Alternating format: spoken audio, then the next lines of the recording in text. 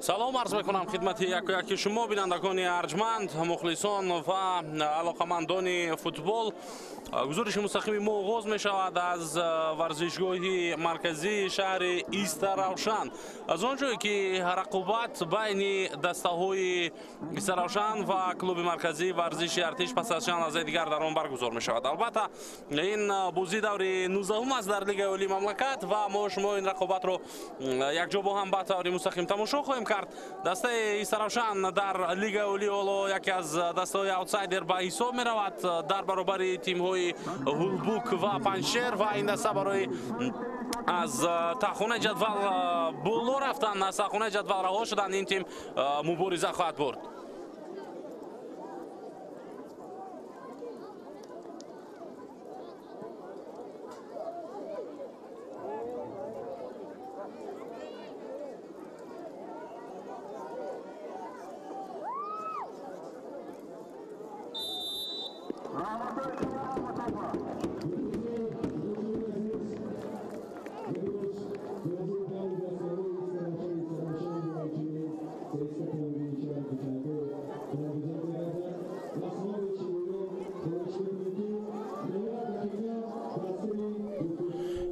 чанд лаҳза пештар аз ин ҳайати дастаи Истаравшан дар экранҳои мо шумо пайдо шуд ва онро дидем ва ҳоло бошад ҳайати дастаи клуби марказии варзиши артиши душанбе барои мо шумо нишон дода мешавад.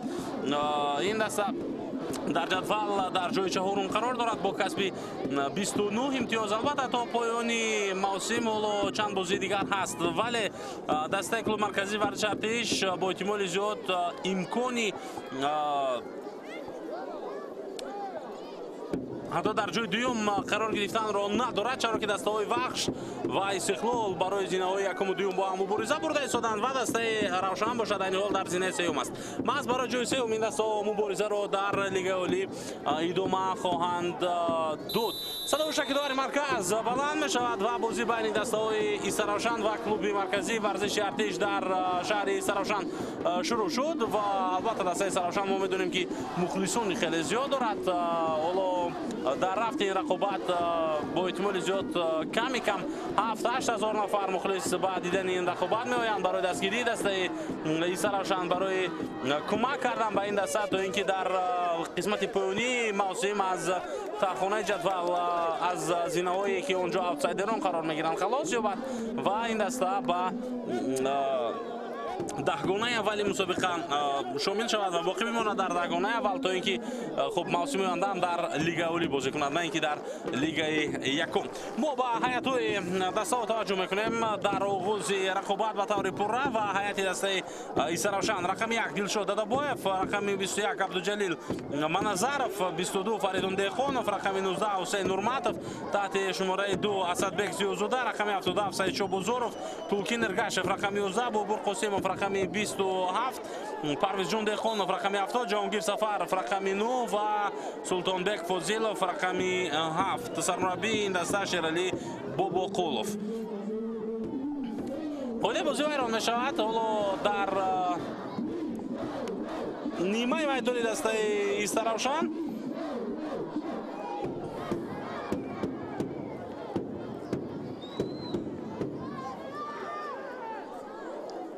инҷо духтурони даста ҳатто даъват карда мешаванд барои кӯмак ба футболбози тими клуби марказии варзиши артиш. биёед мо бори дигар ин ҳолатро бубинем. бархурди Саид Шобузоров буд ва ҳайати дастаи клуби марказии варзиши артишро ҳам барои шумо ҳоло хоҳам гуфт. Шамсидин Қосимов дар экранҳои мо шумо қарор дорад ва ин ҳам сармураббии клуби марказии варзиши артиш аст. Кобла Принц, рақами 1, рақами 4 Комрони Мирзохон, рақами 10 Билонги Ҷерар Бакинде, рақами 20 Комрон Иброҳимов, Бахтиёр Азимов, рақами 3 таҳти шумораи 33 Франсуа Энингуе, Ҷонибек Шарипов, рақами 7, рақами 19 Кевин Лукас Энди ва рақами 30 Ҷангат Энди, рақами 21 Вайсиддин Сафаров ва Абдухалил Боронов, рақами 18 Шамсиддин Қосимов, сармураббии дастаи клуби марказии варзиши артиш. ҳоло Сафаров дар назди топ қарор дорад ва имконият барои خب ما ادامه میدیم گزارش مستقیم خش رو از جریان بازی دسته‌های سرافشان و کلوب مرکزی ورزش ارتش. حالا برای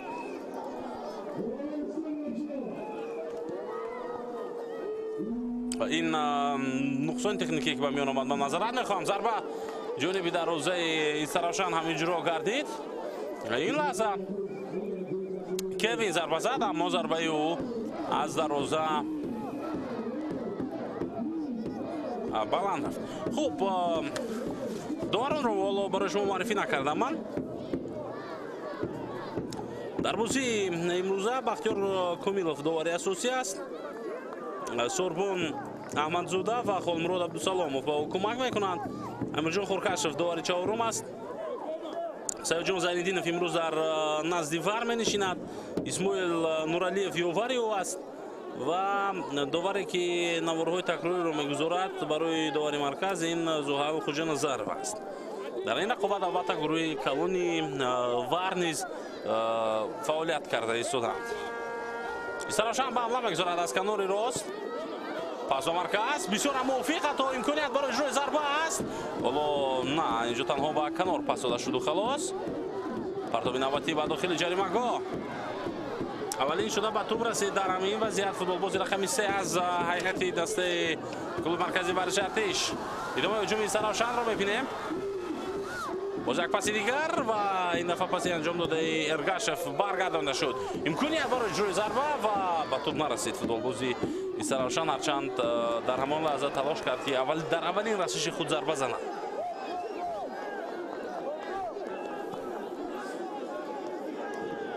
خصوصی دسته سرافشان را ببینید.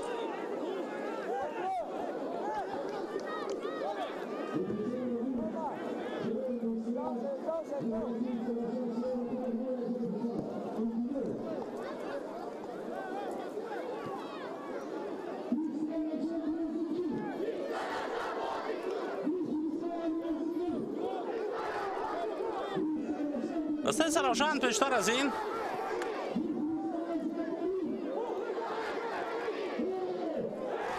بازی قبلی خود را بر مقابل پنجشیر دایر کرده بود در دو رقابت‌های لیگ اولی و اونجا این دسته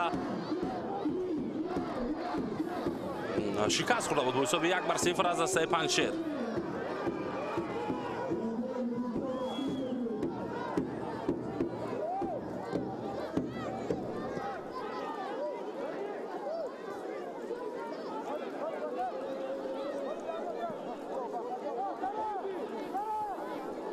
با تو دسته کلوب مرکزی ورزش ارتش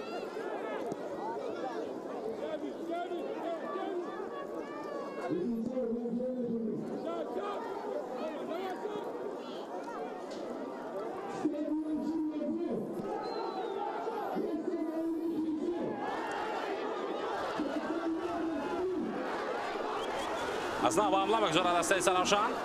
بالا هجوم‌های این دسته خیلی هم سرعت تیز دارد. در کنار بسیار بازی زیبا، پس به مرکز. باز هم قبول کردن توپ، گرفتن توپ از طرف ارگاشف تولکین نه چندان خوب بود.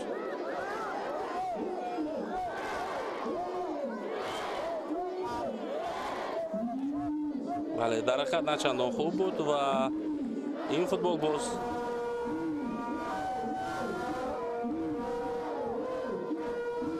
نتوانست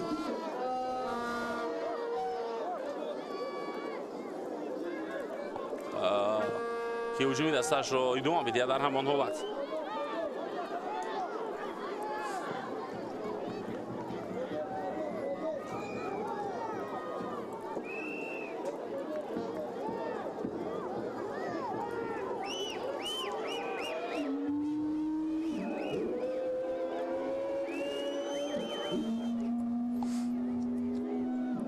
با هجوم می‌گذارد دسته کلوب مرکزی ورزش ارتش. نه این حالت هم برطرف کرده می شود. خب ما 5 بازی اخیر دسته سرافشان را اگر نگاه کنیم این دسته 2 مساوی دارد. البته نتیجه خوبی دسته ما از همین مساوی هستند. حالا ارگاشف بازی خوب کرده ایستاده از کنار راست و اینجا ارسالی او به داخل جریمه‌گاه خیلی عالی بوده اما هم دستش نتوانست از این فرصت استفاده برد. سلطانبک فاضیلوف چقدر پس خوب بود. عموما ارگاشف حالا از آغاز بازی تا 10 دقیقه اول خودро خوب نشان داده توانسته ایستاده واقعا و درباره نتیجه خوبی دسته سراوشان گپ می‌زدیم. این دسته مقابل حاصلات فرخار مساوی بازی کرد. خب پیشتر از این مقابل خوجند مساوی بازی کرد و هر دو بازی مساوی 1-1 جمع بست شدند. نتیجه های خوبی دسته سراوشان محض همین نتیجه ها به حساب میروند. در این میان 3 بازی دیگر را البته تنها درباره 5 بازی اخیر این دسته گپ زدن می‌خواستم. من با باخت جمع بست کرد. از پنجشیر شکست خورد، از دسته رگاتا دست به مساوی 4 بر شکست خورد و از دسته استقلال 6-0 این دسته شکست خورد. زن همین باختو علل خصوص شکست خوردن از دسته پنجشیر سبب اساسی در جدول موقع خود رو تو جای ضعیف کردن بود. سبب اساسیش هم از همین بود وگرنه برای دسته سراوشان حتما امکانی از جای 11 بالاتر رفتن هم وجود داشت. حالا اگر در این باره گپ زنیم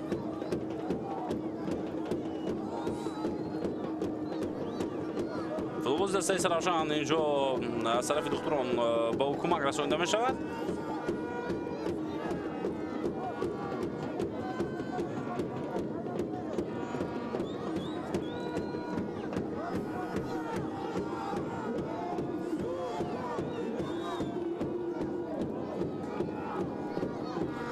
خب در جدول حالا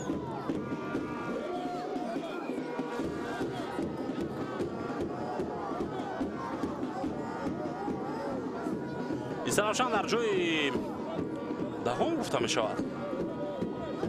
بله با نظرت میخوام یکی از سرچشمه ها چندان چنین به نظر می رسد که برای ما درست نشان نداد جدول مسابقه رو. از سرچشمه دیگر من این چیز رو پیگیری کرده ایستادم. سراوشان در جای دهم است با 15 امتیاز و تیمی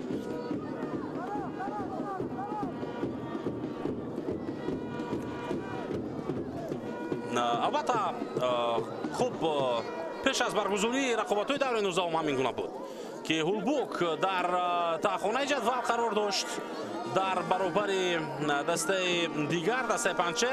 هولبوک 12 امتیاز داشت و دسته پنجشیر روشت 7 امتیاز و سراوشان هم البته در جای دهم با 15 امتیاز قرار داشت. اما حالا بعد از بازی که دیروز هولبوک دویر کرد در دوره رقابت‌های لیگ عالی مملکت، بعد از آن رقابت دسته هولبوک در جدول موقع خود را اندک بهتر کرد.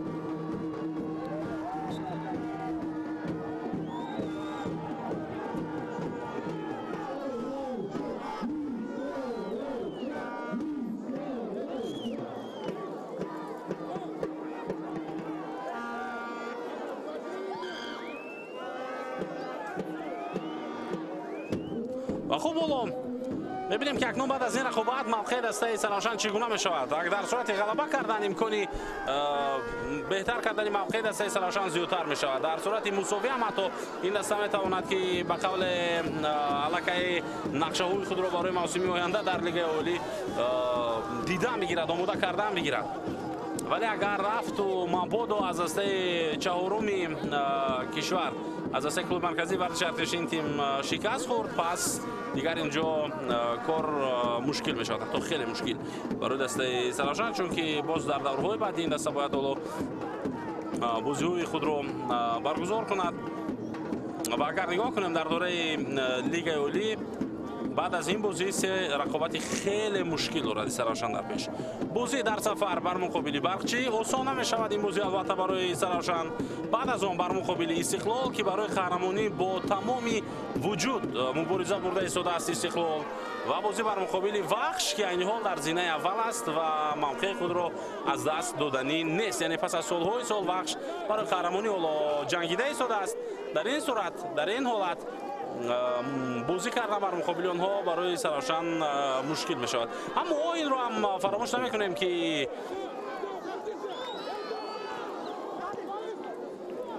وقتی دو دسته به میدان می آیند نوبست از موقع آنها، نوبست از خب وضعی آنها هر دو این دسته ها با میدان برای غلبه کردن می آیند.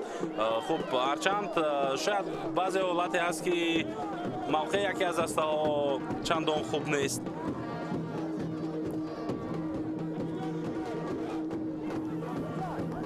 و یا شاید کدام یک دسته دیگر نمیدونم پرخوادتر است یا ضعیفتر است، اما هر دو دسته که با میدان می آیند البته برای غلبه مبارزه می برند.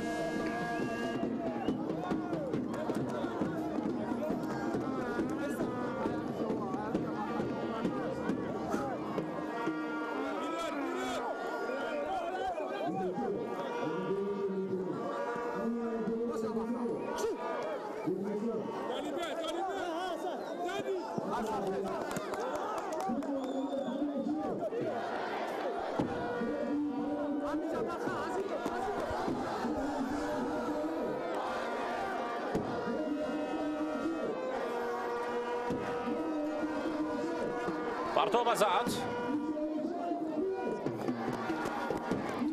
توپ در اختیار فوتبال بوزونی استراوشان است و این دسته به هجوم میگذارد. حالا بدون از جریمه گل امکانیت برای اجرای ضربه و گل، اما بتواند افساید باشد. نادوار به مرکز میدان اشاره کرده ایستاده سالا دوستانی عزیز و بابو قاسموف چقدر ضربه خوب زد بیرون از جریمه گل. البته اینجا پرینسکوب دروازه‌بانی کلوب مرکزی ورزش ارتش نیز نه چندان بازی خوب کرد در همان حالت و او موقع خود را البته از دست داد. این باعث برای شد که بعداً فوتبال بازی دسته سراوشان با زدن گل دست یابد.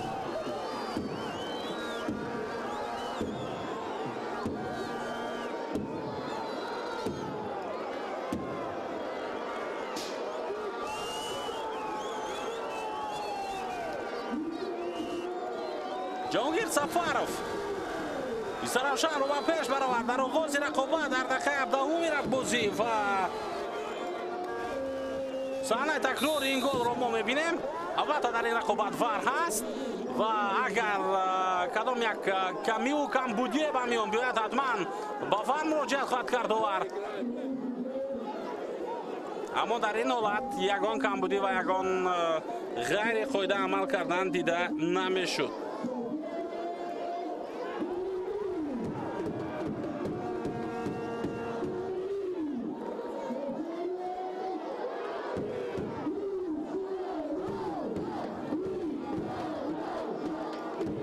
اکنون مخلصان دسته سراوشان بعد از پیشرفت شدن دستهشون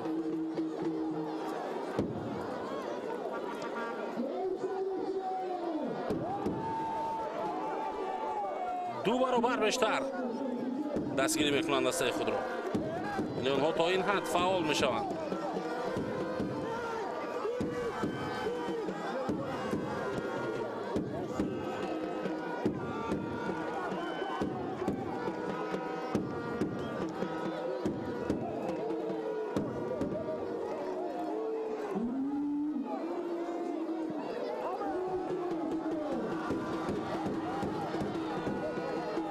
در آغاز یک یا دو کوششی فوتبال بازونی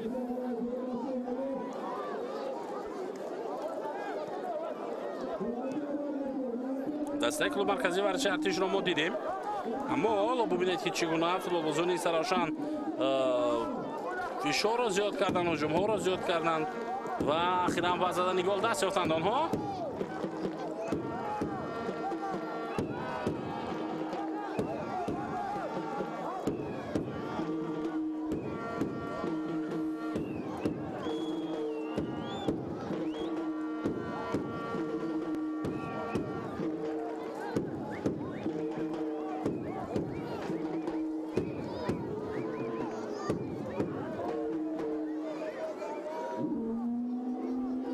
ریگارد تدرس البته در دور 19 بر مقابل هولبوک بازی کرد، بر مقابل یکی از همان دسته هایی که خوب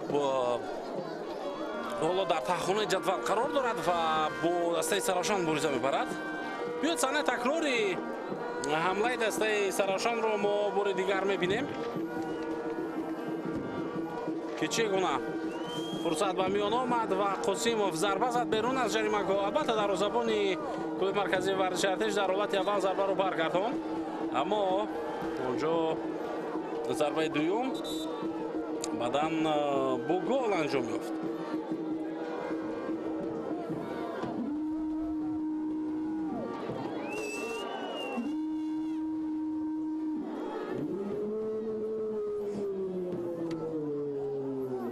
вазъияти стандарти ба фоидаи футболбозони клуби марказӣ.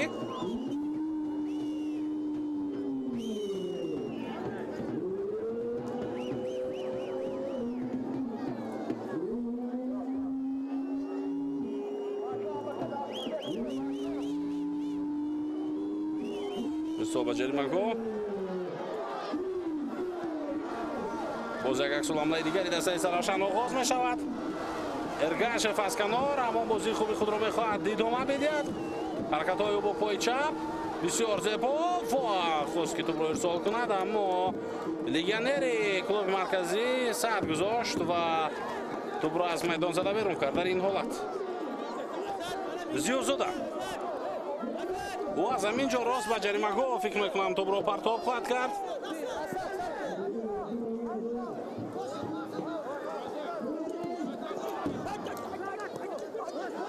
Зиёзода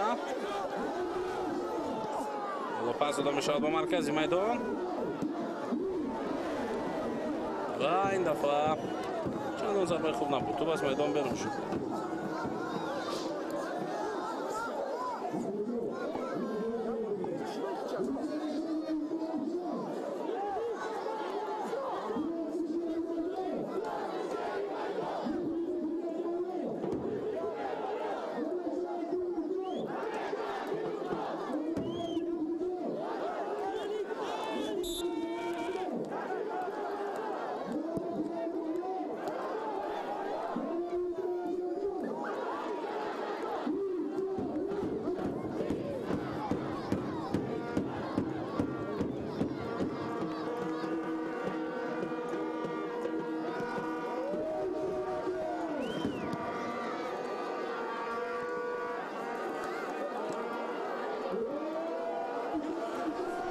тӯбро футболбозони клуби марказӣ дар ихтиёр доранд дар маркази майдон ва ин ҷо қоидаи бозӣ вайрон нашуда буд, ҳарчанд як бархурди кӯчаке ҳам ба миён омада буд.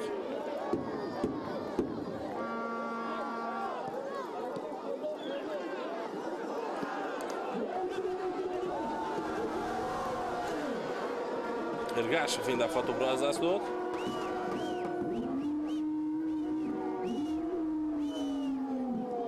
ҳамлаи клуби марказии варзиши Артишро мебинем. ирсол ба дохили ҷаримаҳгоҳ ва охирин ҳимоятгари Саравшан хеле хуб амал кард. Аммо ҳоло ин ҳамла пурра бартараф нагардидааст. имконият метавонад пайдо шавад барои клуби марказии варзиши Артиш. 11 нафара дифоъ карданд футболбозони Саравшан. албатта дар идомаи ин рақобат ҳоло барои Саравшан фикр мекунам ҳарчанд ин даста барои задани голҳои баъдӣ имкон дорад ки талош кунад, аммо пеш аз ҳама нигаҳ доштани бартарӣ, нигаҳ доштани пешсафӣ нисбат ба дастаи клуби марказии варзиши Артиш барои Саравшан муҳимтар аст.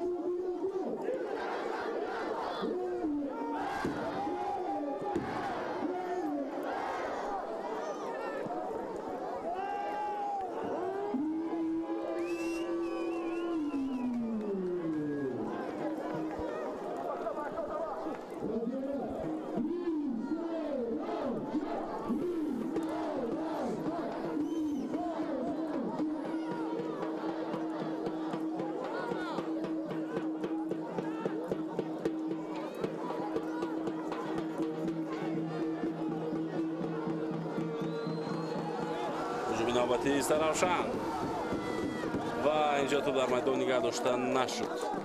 البته جهانگیر سفرов مبارزه برد اما موفق نگردید.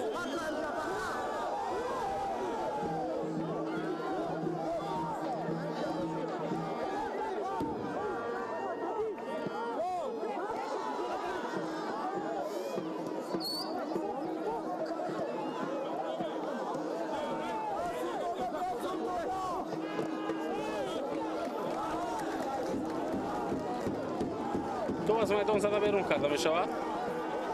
حالا با نیقاب بازی میکند کاپیتان دسته کلوب مرکزی ورزش ارتش. آیا این طور ممکن است در فوتبال با نیقاب بازی کردن؟ راستی این رو من نمیدونم. من باری اول با این چیز روبرو میشم. ولی در حتی فوتبال اروپا نمیدونم در کدام یک مسابقه از همه با نفوذ در دنیا ما میبینیم که اونایی که بینیشان آسیب میبیند یک نقاب مخصوص میپوشند برای آسیب ندیدن دوباره آسیب ندیدن بینیشان در هفته رقابت ها. اما اینکه دهان خود را یک نفر پوشاند با نقاب، با نقاب های طبیعی که ما در زمان کرونا ویروس استفاده میبردیم بیشتر و با اون بازی رو برگزار کنه در لیگ اولی، راستی من این رو نمیدونم. حالا من هم مثل شما حیرانم بینندگان عزیز. خب کمیسر است در این رقابت و کمیسر بازی البته نظارت کرده است. از فکر میکنم پیش از همه در بازی امروز کمیسر از شهر خوجند اهل‌الدین یونسوف است و نوزری داوران نصرالدین عزیزов همچنین هست در این رقابت و آنها حتما همه چی رو در رفته این بازی نظارت خواهند کرد. ادامه حمله دسته کلوب مرکزی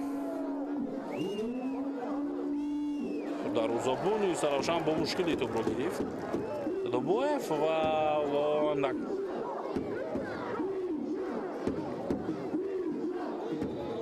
والله فکر میکنم آسیب هم دیدو چون که با زمین خیلی سخت افتاد.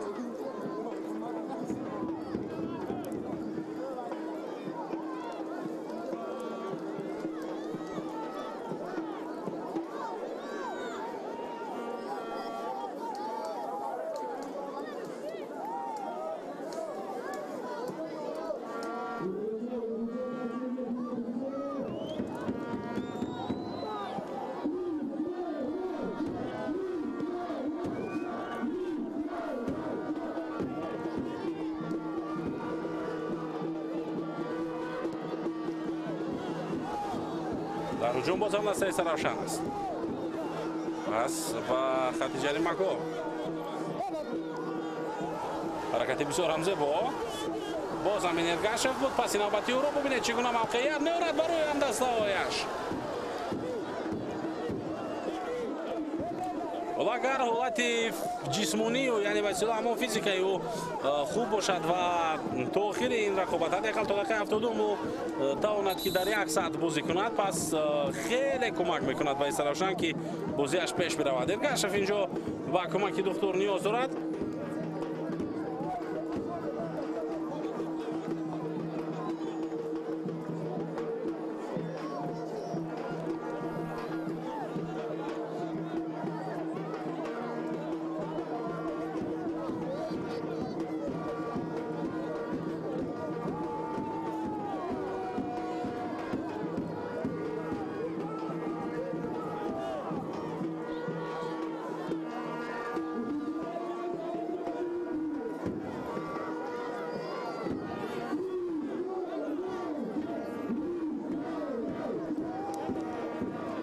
پلنگان شمال سراوشان از 1938 ما با توی این یک شعار و یک نوشتجاتی خیلی کلانی است که مخلصان دسته سراوشان زریون جمع آمدند و دسته خود را دستگیری کرده ایستادند.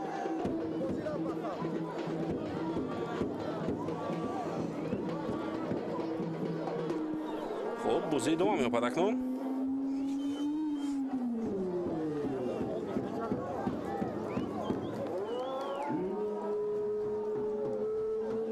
پرتاب آزاد.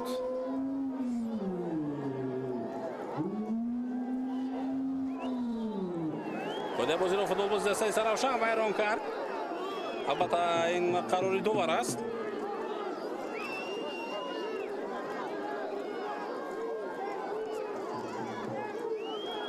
فوتبال بازی سراوشان اینجا اعتراض کرده ایستادند که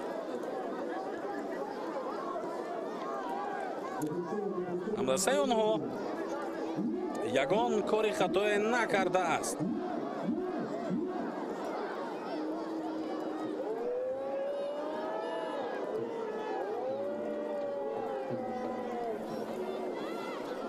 4-0 است. حالا خود ویران کنی ها کارگردان با ما پیشنهاد میکند این آمار را تا دقیقه 30 رقابت. دو کس در نزد توپ قرار دارند. رسیدین سفر و یک فوتبالبازی دیگر و ضربه جانبی دروازه دسته استراوشان. وای ای ای کوین ضربه زد. صحنه تکرار رو بیاید ببینیم.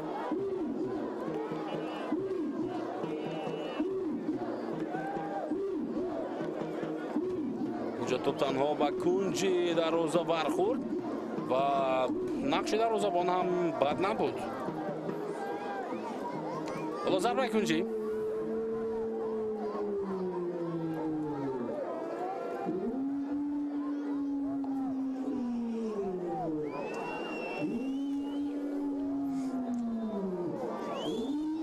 سال از کنج میدان.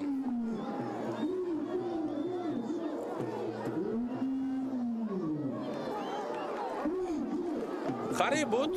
خیلی نزدیک بودن فوتبالبازان کلوب مرکزی ورزش ارتش تا اینکه حساب رو برابر کنند، اما ضربه اجرا کرده کوین بعد دروازه وارد نشد. نابست از اینکه خیلی ضربه خوب هم بود و حساب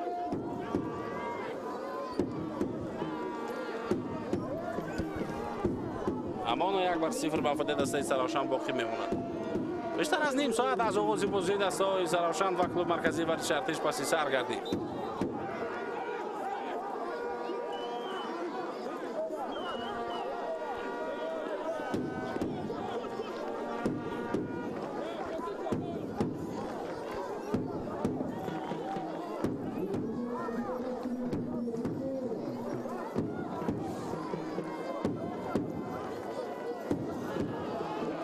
جونواتی سراوشان توپ در میدان نگه داشته می شود یا نه؟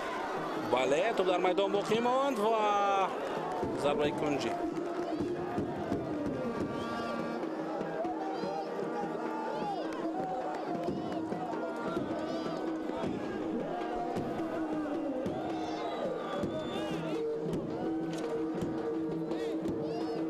سلطانبек فضیلов تا آخر مبارزه را ادامه داد، اما بعدا او توپ را به جدمگاه روان کرده نتوانست. دومین ضربه کنجی فوتبالبازان سراوشان در روز امروز.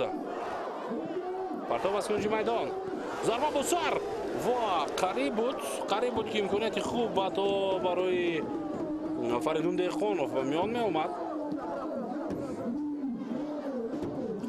با توپ نرسید فریدون دهقانوف و بختیار عظیموف توپ را به دروازه‌بان دستش داد.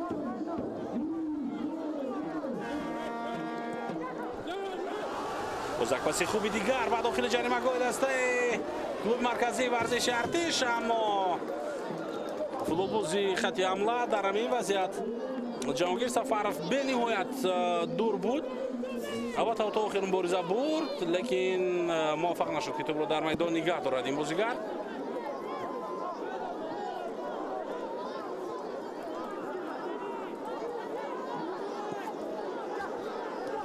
هجومی دیگر برای دسته سراوشان. چرا در این لحظه جهانگیر سفرов به کنار پس نداد، جانب ارگشف پس نداد.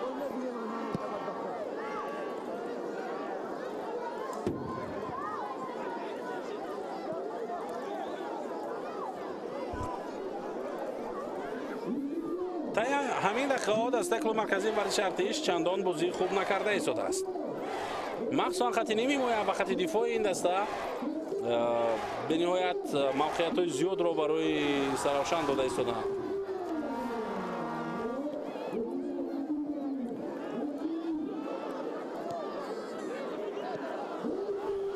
حمله دیگر میتواند شروع شود.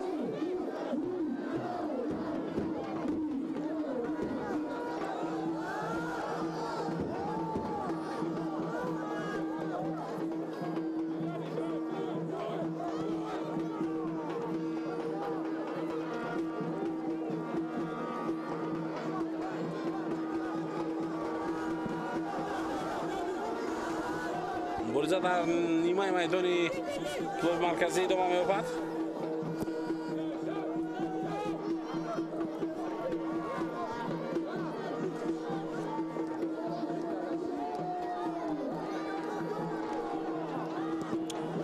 Gobla و ببینید چی کار کرد فوتبالباز دسته سرافشان در مینولد.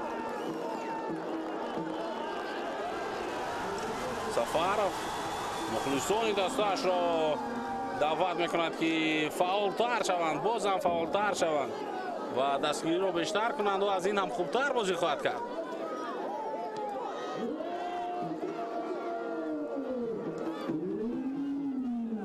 اوت.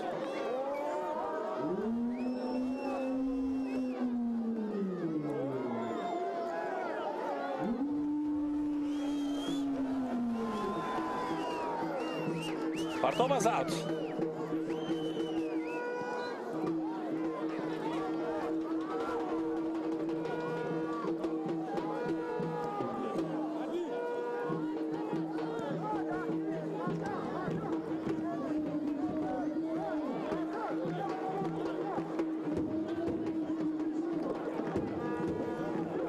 دفاعگران کلوب مرکزی ورزش ارتش در خط هجومی دسته خود اینجا جای اول خولی گفته شدند که پاس میدن.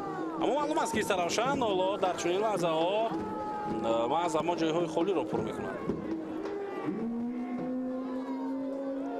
یک ضربه دیگر خیلی سخت و از دروازه خیلی دور بود این ضربه.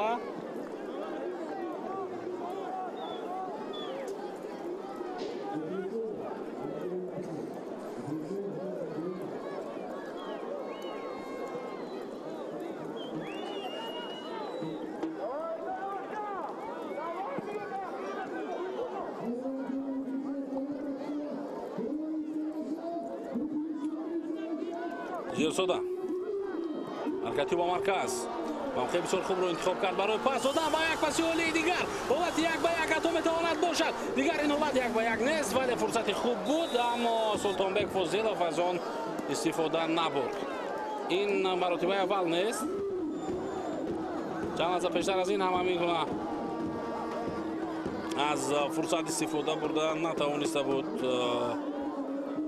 سلطانبک فضیلوف. اون دفعه در حقیقت اگر بگیریم او باید که از کنار توپ رو به جریمه‌گاه ارسال میکرد.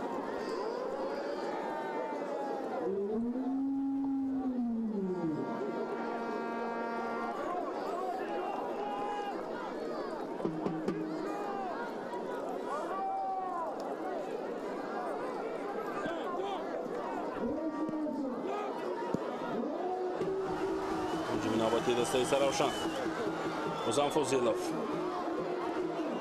صوبه داخل جریمه‌گاه. حسین نورماتov پسی او را میبینیم باز یک پرتاب دیگر و ارگاشف به توپ نرسید.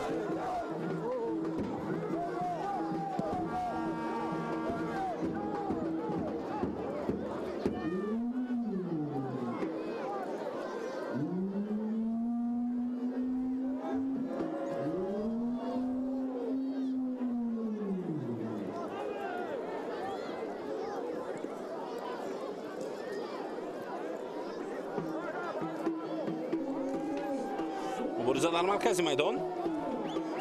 حالا در قسم اول اگر ما صادقانه گپ زنیم بغیر از همان ضربه که از ضربه جریمه‌ای جانبی دروازه سرافشان زده شد دیگر فوتبالبازان کلوب مرکزی ورزش ارتش در نزد جریمه‌گاه و عموما در داخل جریمه‌گاه سرافشان تا این دم کار کردن نتوانستند.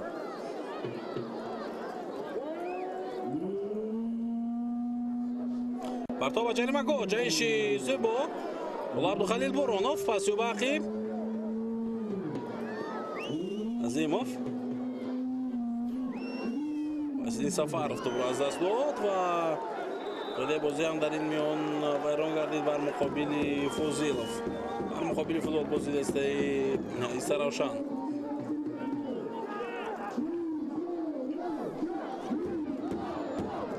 ولی فوتبالبازان کلوب مرکزی ورزش ارتش حالا دعوا دارند که فوتبالبازی سرافشان خود بازی را ویران کرده است چون این در داخل جریمه‌گاه بود онро ҳатман доварон месанҷанд.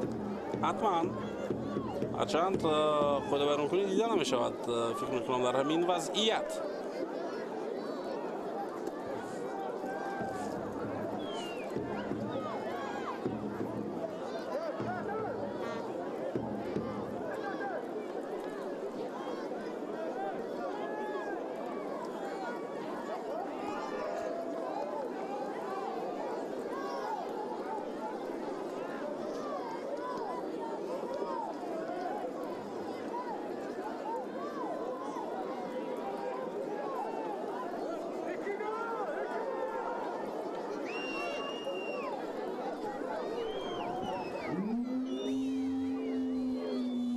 интизори ӯ идома меёбад.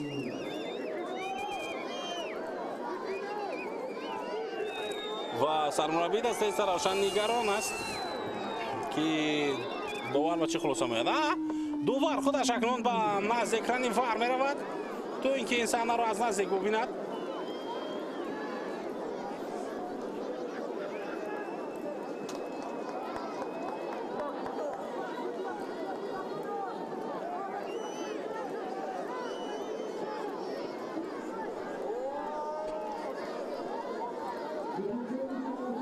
албатта ман болотар ишора кардам ки дар ҳуҷраи вар имрӯз Саёд Занидинов аст. довари ҳуҷраи вар ва ёвари ӯ бошад Исмоил Нуралиев. хуб, ин ҳолатро ҳамаи мо шумо дида истодаем. ҳар яке мо шумо назари худро дорем вобаста ба он таассурот, вобаста ба он фаҳмише ки дар футбол дорем. аввалин шуда ба то бозигари дастаи клуби марказии варзиши Артиш мерасад. биёед бори дигар бубинем. бале, футболбози клуби марказии варзиши Артиш ба тӯб мерасад дар ҳамин ҳолат ва баъдан бозигари Саравшан ба пои ӯ зарба мезанад. ҳоло инро довар чӣ гуна баҳо медиҳад, ман наметонам. Комрон Иброҳимовро зада аз пой афтон дар ҳамин ҳолат футболбози дастаи Саравшан, вале худи ӯ ҳам осеб дид.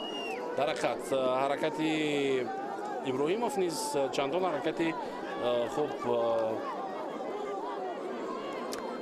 безарар набуд.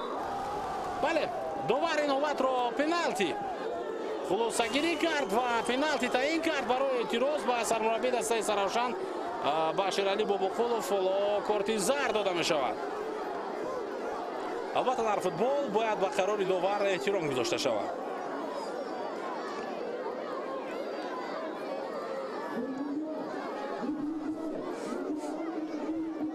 амирҷон Хоркашев довари чаҳорум ҳоло ба Шералӣ мефаҳмонад ки бояд ӯ ором бошад.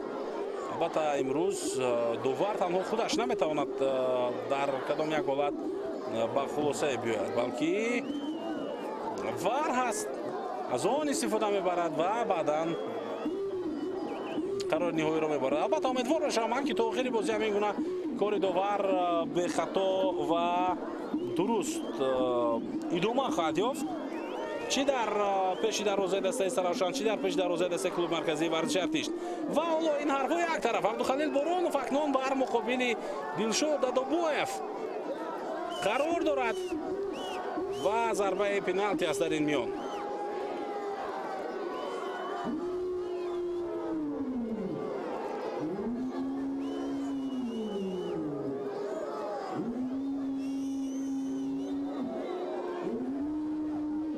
зарба ҷониби дарвозаи Саравшан ва гол. дар дақиқаи 44-уми рақобат ҳисоб 1-1 баробар мешавад. Абдухалил Боронов ба задани гол даст ёфт ҳайати дастаи клуби марказии варзиши Артиш.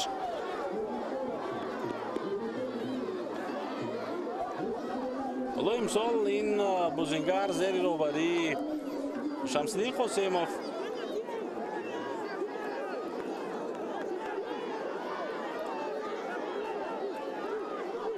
чандон бозӣ бад надорад.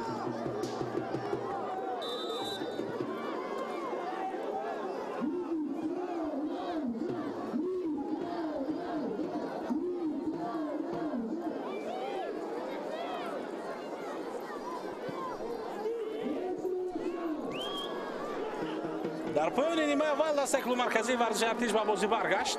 ҳоло боз як ҳамлаи дигар, зарбаи навбатӣ ҷониби дарвозаи Саравшан. این دفعه آفساید بوده است و همزمان ضربه اجرا کرده کوین هم از دروازه بلندتر رفت.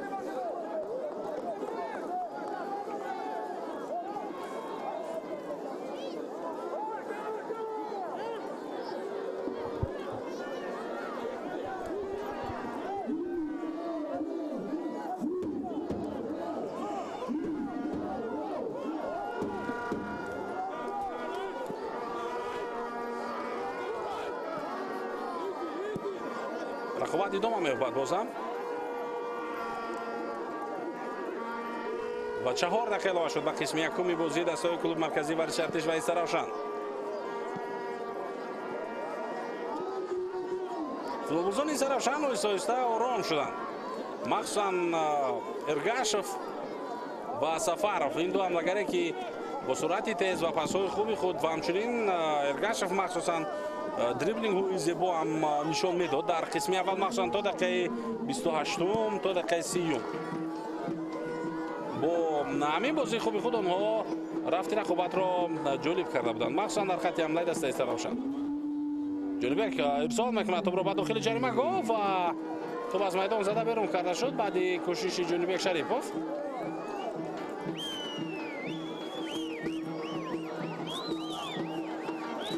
فشار میاره مزاحم فوتبالبازان ایستر روشن.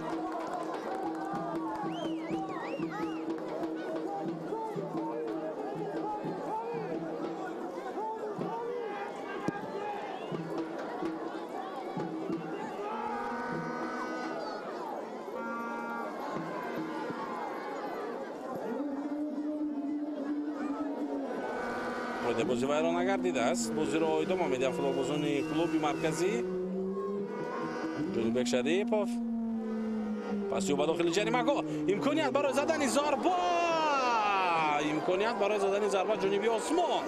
باید من این طرح میگفتم.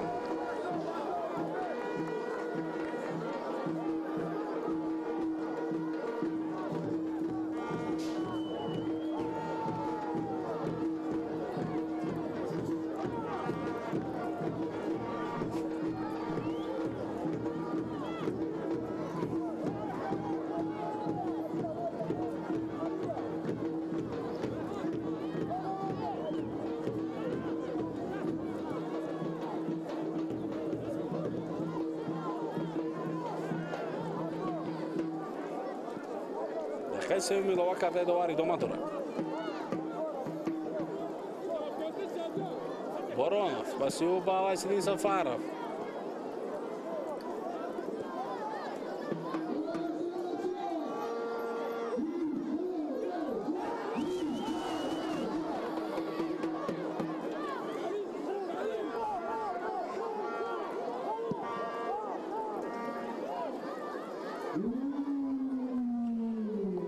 آخرین دقیقه وقتی علاوه کردن شروع شد و این یک فرصت کوتاه هم است برای هر دسته و اول خصوص برای دسته ایستر روشن که انیال در حمله است.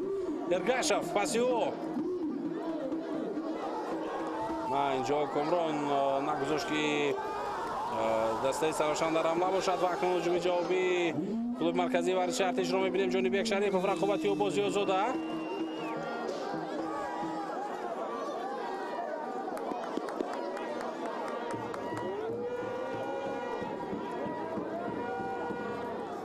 یکی از فوتبالبازان کلوب مرکزی ورزش ارتش از پا افتیده و اندک آسیب هم گرفته است. اختیار عظیم افتاده.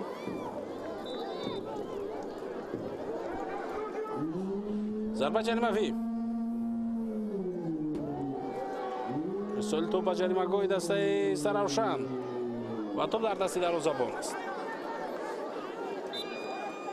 با همین صدا که داور مرکز بلند می شود و قسم یکمی بازی دسته های ایستر روشن و کلوب مرکزی ورزش ارتش با حساب 1-1 به پایان رسید. ما نیمه دوم رقابت را انتظار می شویم.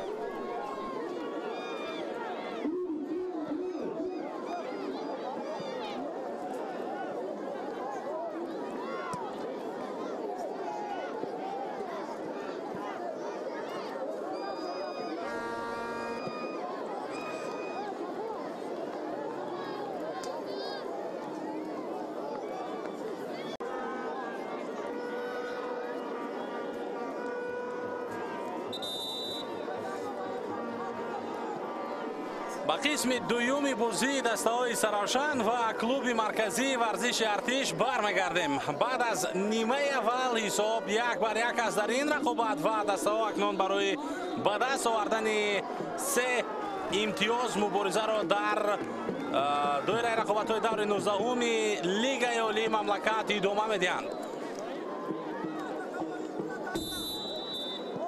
با همین صدای شکیدوار هم بلند شد و قسم دویومی بازی دسته‌های سرحشان و کلوب مرکزی ورزش ارتش دوباره آغاز گردید و خوب اکنون ما شما امکان داریم که این رقابتی واقعا در قسم اول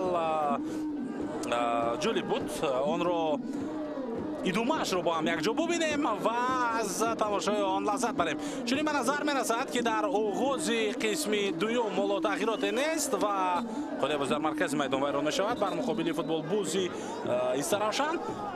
ёдовар мешавем ки дар нимаи аввал дар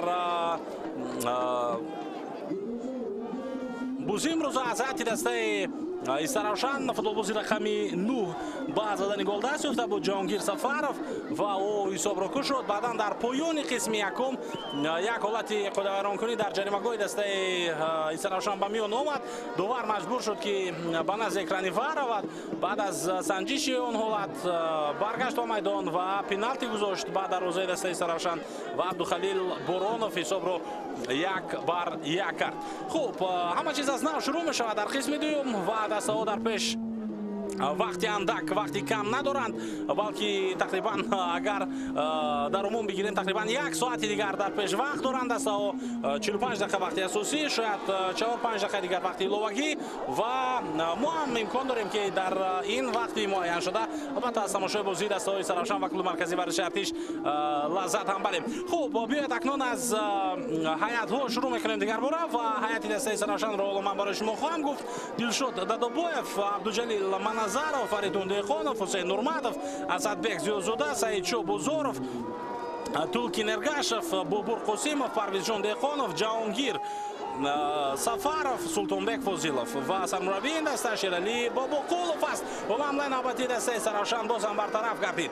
албатта чанде пеш Тоҳир Муъминовро дастаи Саравшан аз вазифааш сабукдӯш кард. он нафареро ки як муддат дар футболи тоҷик хуб мураббии муваффақ мегуфтанд. бале, мураббии муваффақ мегуфтанд. дар ҳамин мавсим аз 2 даста аллакай ӯро ҷавоб доданд. Тоҳир Муъминовро аввалан аз дастаи Регата даст, баъд аз як муддати муайян ки натавонист дар он даста ҳамон тавре ки роҳбарияти даста мехоҳанд, ҳамон тавре ки албатта мухлисони ин даста натиҷаҳоро интизоранд, корро пеш барад ва ба хулосае омад дастаи Регата даст ки корро қатъ кунад, шартномаро қатъ кунад бо ин мутахассис, бо Тоҳир Муъминов. ва баъд аз он ӯ ба дастаи Саравшан омад ва дар дастаи Саравшан ҳам чандон мо фаъолияти хуби ӯро надидем ва ҳоло акнун зери роҳбарии Шералӣ Бобоқулов дастаи Саравшан бозиҳои худро идома медиҳад дар қисмати поёнии мавсим. хуб, ҳайати дастаи клуби марказии варзиши Артиш ҳоло дар дасти ман аст. Кобла Принс, Комрони Мирзохон, Ҷерар Бакинде Билонге, Комрон Иброҳимов, Бахтиёр Азимов, Франсуа Эненгуе, Ҷунибек Шарипов, Лукас Кевин Энди, Ҷангат Энди, Вайсидин Сафаров ва Абдухалил Боронов. ин футболбозони ҳайати асосии дастаи клуби марказӣ ҳастанд ва як бархурди сахт ҳам дар канори майдон ба миён омад. ҳоло 2 футболбоз як бора осеб гирифтанд. Эргашев инҷо андак ҳаракати хавфнок дошт, вале худи ӯ ҳам осеб гирифта аз сари ин ҳолат. мухлисони дастаи Саравшанро бибинед ки нигарон ҳам ҳастанд ба хотири вазъияти ба миён омада барои Эргашев. албатта ӯ дар қисми аввал фаъолтарин футболбози дастаи Саравшан буд. он нафаре ки пайваста дастаи худро ба ҳамла мебурд ва ҳоло дар ин миён бозигари дастаи клуби марказии варзиши Артиш осебаш шидидтар ҳам аст. хуб, сармураббии дастаи клуби марказӣ ин Шамсиддин Қосимов аст ва доваронро агар бори дигар ман барои шумо бигӯям, дар бозии имрӯза Бахтиёр Комилов довари асосӣ аст, Сорбон Аҳмадзода, Холмурод Абдусаломов кӯмак мекунанд, Амирҷон Хуркашев довари чаҳорум аст ва Саёҷон Зайниддинов дар ҳуҷраи ВАР довари асосӣ аст. Исмоил Нуралиев бошад ёвари ӯ аст дар ҳуҷраи ВАР. ҳоло Шамсиддин Қосимов нигарон ҳам ҳаст ки чӣ шуд ба шогирди ӯ, чӣ шуд ба дастпарвари ӯ. Комрони Мирзохон бо амон ниқоби худ ҳоло бозиро идома дода истодааст дар қисми дуюм ҳам намедонам рӯи ӯ ягон носеб дорад ё шояд кадом як дандони худро муолиҷа карда бошад. Инҷо коргардон фурсат пайдо кард ва хост ки моро бори дигар шод кунад. Саҳнаи такрори голи задаи футболбози дастаи Саравшанро ба мо нишон медиҳад. Бубинед зарба аз куҷо ҷониби дарвозаи дастаи клуби марказии варзиши артиш зада шуд. Принс Кобла натавонист зарбаи иҷро кардаи Қосимовро баргардон натавонист тӯбро бигирад ва баъдан зарбаи такрориро Сафаров иҷро кард ки ин дафъа натавонист албатта онро ҳатто баргардонад ва тӯб ба дарвозаи дастаи клуби марказии варзиши артиш ворид гардид.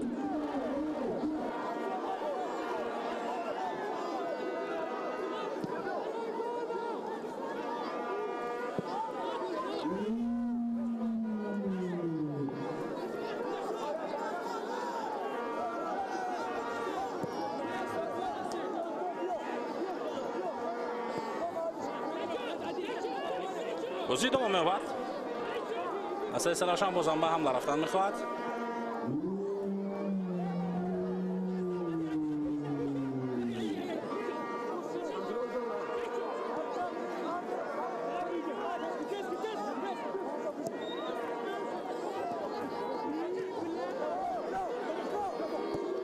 سال با داخل جریمه‌گوی سراشان.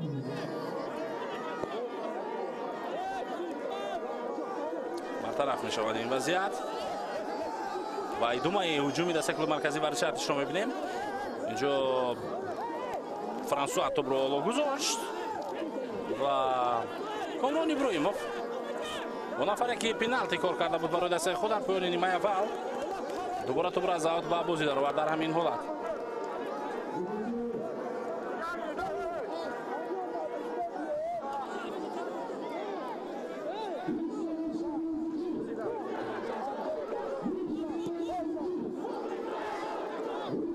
مخلصانی دسته سرافشان رو ببینید که چگونه خوب دستگیری دارند دسته‌شان.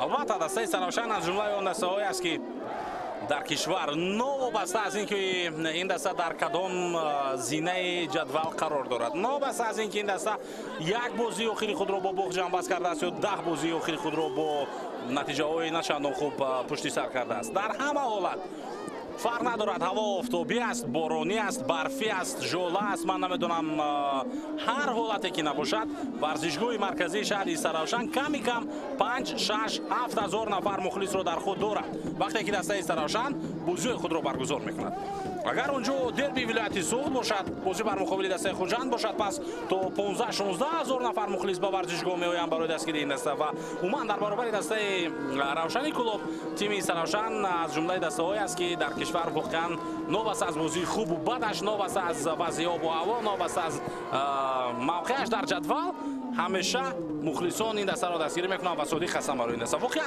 همین گونه مخلص در فوتبال تاجیک لازم است برای هر یک دسته که در لیگ عالی بازی میکنند، هر یک دسته که عموما رسما فعالیت میکنند و این میتواند برای سطح فوتبال کمک کند، این میتواند برای فوتبال بازان تاثیر خوب رساند و این پیش از همه میتواند اتمسفر به اصطلاح میدان رو زیبا کند. حالا هجوم دسته سرافشان امکانیت برای زدن حتی گل است. ضربه جانبی دروازه ارگاشف، ضربه او برگردانده میشود و در این میان یکی از فوتبال بازان سرافشان از پای یکی از فوتبال بازان کلوب مرکزی از پای افتیده است. بازی یک ضربه دیگر و توپ در دست پرینس کوبلا.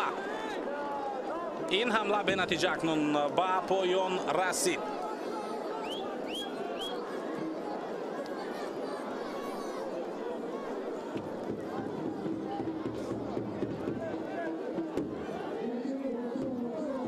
چی شد اینجا با جرارد بکینده بیلونگه؟ کامران میرزاخان ضربه زده ارگاشف رو برگردانده است.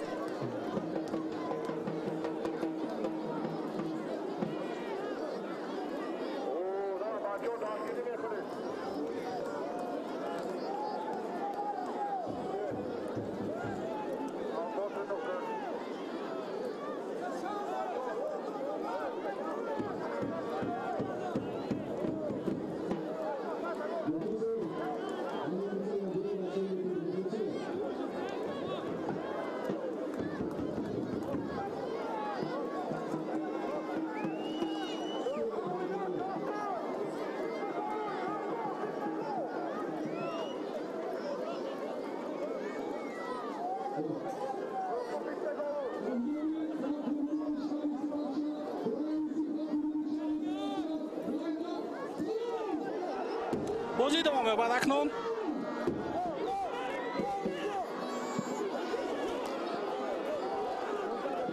و دروازه‌بان دسته سرافشان این توپ رو گرفت.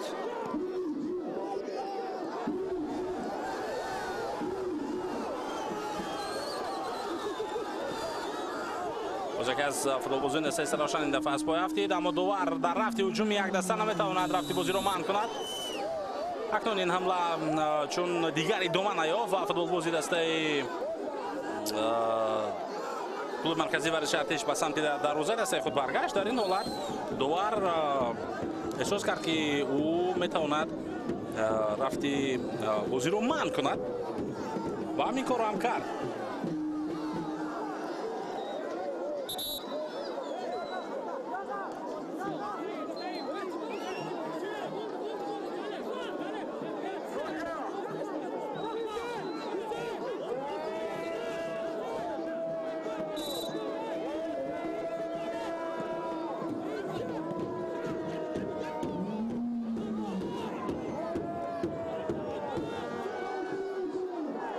اکنون دسته دوباره بازی رو ادامه میدهند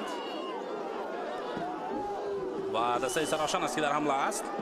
ارگاشف اوت با فایده سرافشان. در قسم دوم احساس می شود که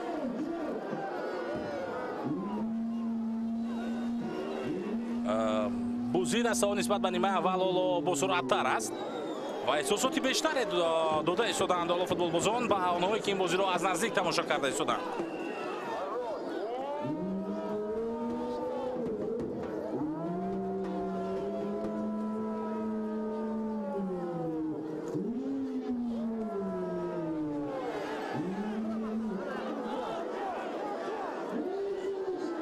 زیرزاده هم بارزه او نتوانست توپ رو بگیرد در این حالت.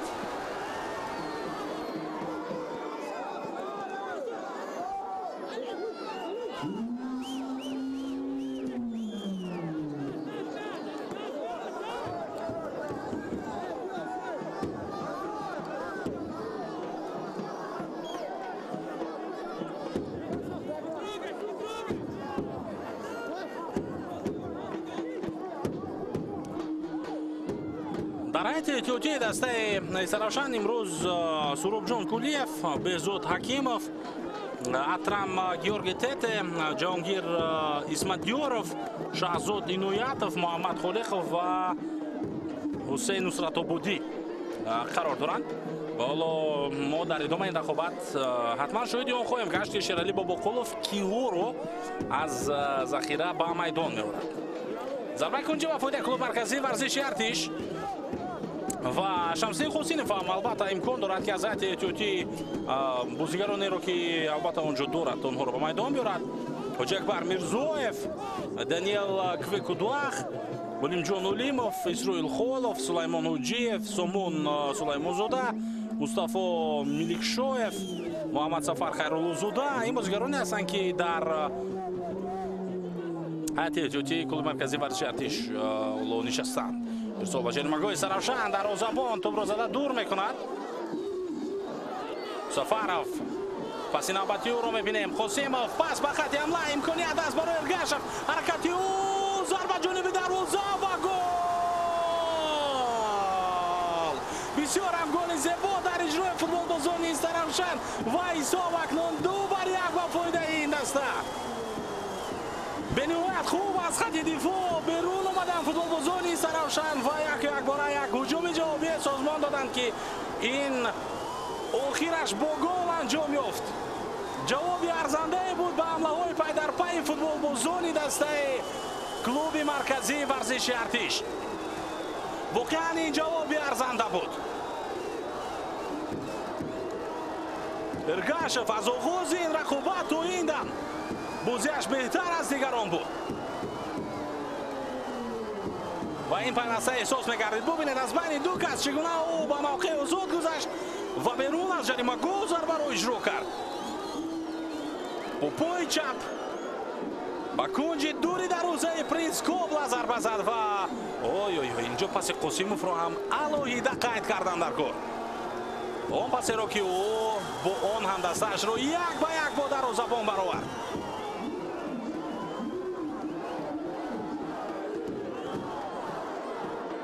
клуби марказии варзиши Артишро дар вилояти Суғ чандон хуб меҳмондорӣ накарда истодаанд. оло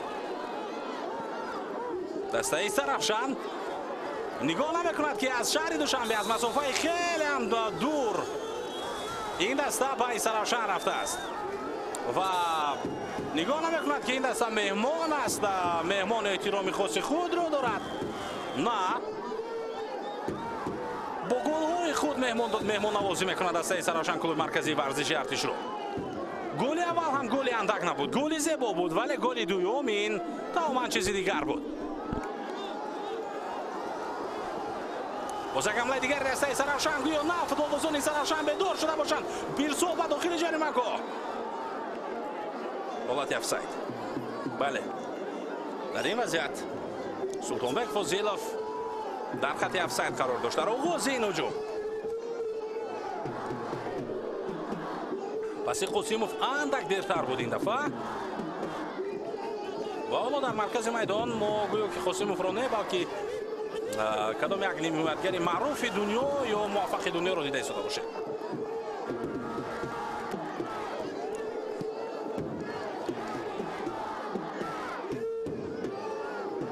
то поёни ин рақобат ним соати дигар ҳоло вақт аст.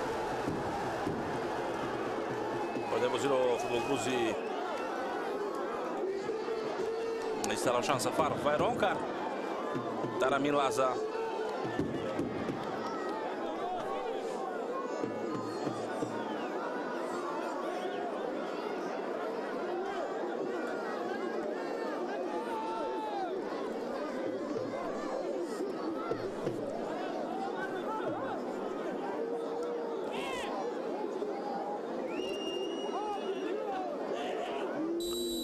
احساسات و انگیزه فوتبالبازان دسته سرافشان رو حالا شما هم دیدید فکر میکنم و این همه با احتمال زیاد از کار درست سرمربی سرچشمه میگیره.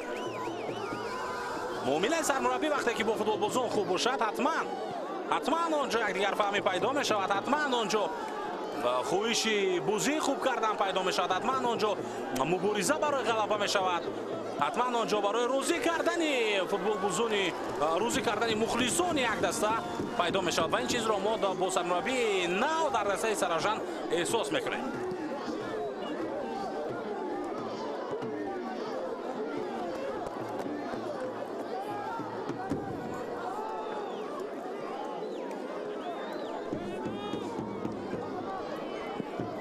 ضربه پرینس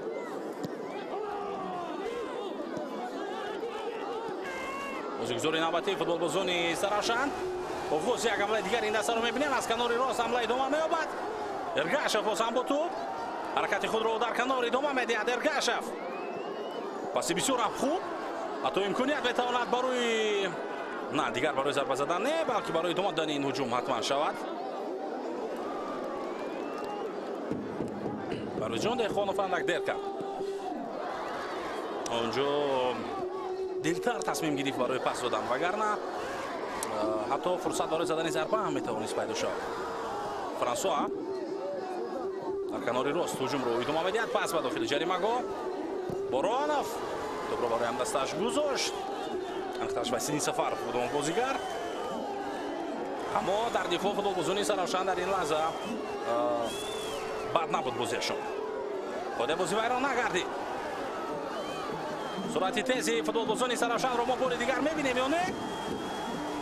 بله. ارگاشف پس او با مرکز اندک عقیب‌تر پس داد و قاسموف به توپ رسیدن نتوانست در این حالت. اما باکی نیست. حسین نورمتوف دوباره توپ را در حال به اختیار دسته خود برمیگرداند. پس به کنار فوزیلوف میتواند توپ را ارسال کند به جریمه‌گاه یا نه؟ نه، او پاس میدهد به حسین نورمتوف. حسین در داخل جریمه‌گاه قرار دارد. حسین دو کس بر مقابل او مبارزه میبرد برای گذشتن از آنها، اما از حد زیاد فکر میکنم اینجا با خود باور کرد این بازیگر. حالا کمک داور برقچه خود را بلند نمیکند. در چند احتمالی حالت افساید هم است. ارسال به داخل جریمه‌گاه зиёзода ва акнун гуфта мешавад ки офсайд будааст дар ҳамон лаҳза.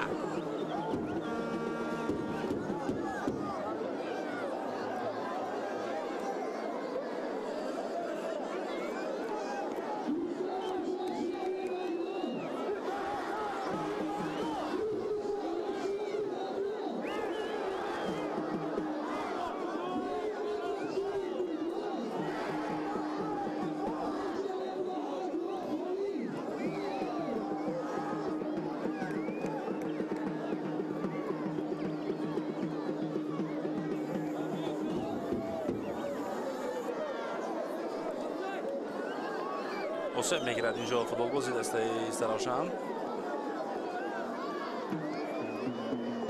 духтури дастаи Истаравшан Диловар инҷо дарҳол кӯмак мерасонад ба футболбози дасташ ба бозигари шумораи 77 Саидшоҳ Бузоров.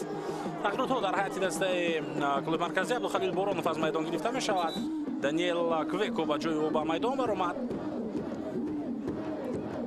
албатта духтури дастаи Истаравшан таҷрибаи кӯмак кардан ба футболбозон дар бозиҳои байналмилалиро ҳам дорад. инҷо бошад мо голи задаи Абдухалил Бороновро аз зарбаи пеналти мебинем ки дар поёни қисми аввал ба миён омада буд ва ӯ ҳисобро баробар карда буд бо ин голе ки аз пеналти зада буд. хуб, дар бораи духтури дастаи Истаравшан ман болотар гуфтам. махсусан баҳори имсол вақте ки дар кишвари Арабистони Саудӣ чемпионати Осиё байни наврасони то 17 сола баргузор мешуд, ӯ вазифаи худро дар ин даста иҷро мекард ҳамон вақт, яъне дар мунтахаби Тоҷикистон, дар мунтахаби наврасони то 17 солаи Тоҷикистон ба ҳайси духтур буд ва кӯмаки бениҳоят калон ба футболбозон мерасонд. махсусан баъд аз ҳар бозие ки мунтахаби наврасони то 17 солаи Тоҷикистон дар ҷоми Осиё дуир мекарданд.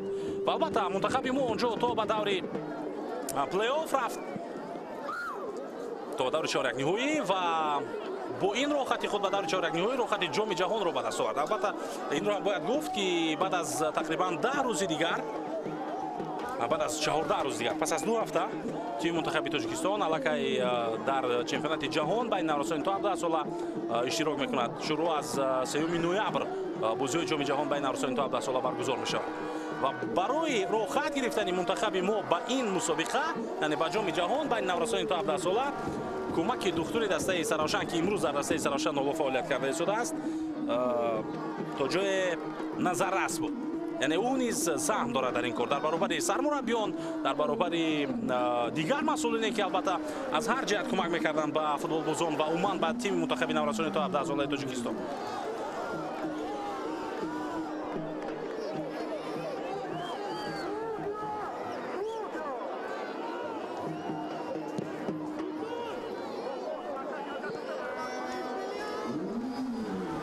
франсуа дар маркази майдон лағжид, аз пой афтид ва Ҳусейн Нурматов бошад мехоҳад аз ҳамин мавқеъ ҳуҷумӣ дасташро шурӯъ кунад. боз чӣ шуд? ин дафъа чӣ рух дод? футболбози осеб гирифта аз ҳайати дастаи Истаравшан дигар бозиро идома дода наметавонад. ҳайати рақами 77 тарки майдон мекунад акнун Саидшоҳ Бузоров ва ба ҷои ӯ бозигари рақами 10 аз ҳайати эҳтиётӣ ба майдон мебарояд. Георги Тете Атрам Ҷорҷ. албатта номи ӯ аст, вале дар протоколе ки ман дар даст дорам Георги Тете гуфта мешавад. ба ҳар ҳол бозӣ идома меёбад. Фозилов ин дафъа бехато топро қабул кард. ирсоли ӯ ҷониби Тете, имконият барои иҷрои зарба. Дехонов натавонист бехато зарба бизанад. ҷониби дарвозаи клуби марказӣ варзиши артиш натавонист рост зарба бизанад ва фурсатро аз даст дод.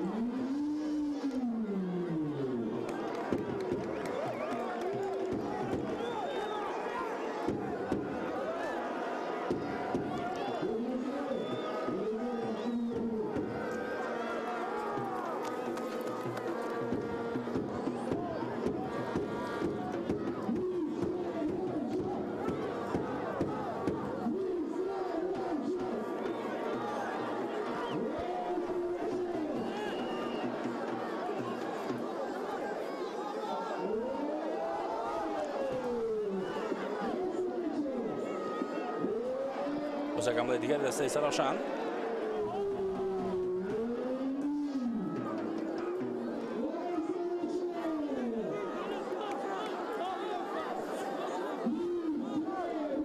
این هجوم چندان خوب و با موفقیت انجام نیافت و فرانسوا ولو پاس میدهد به مرکز.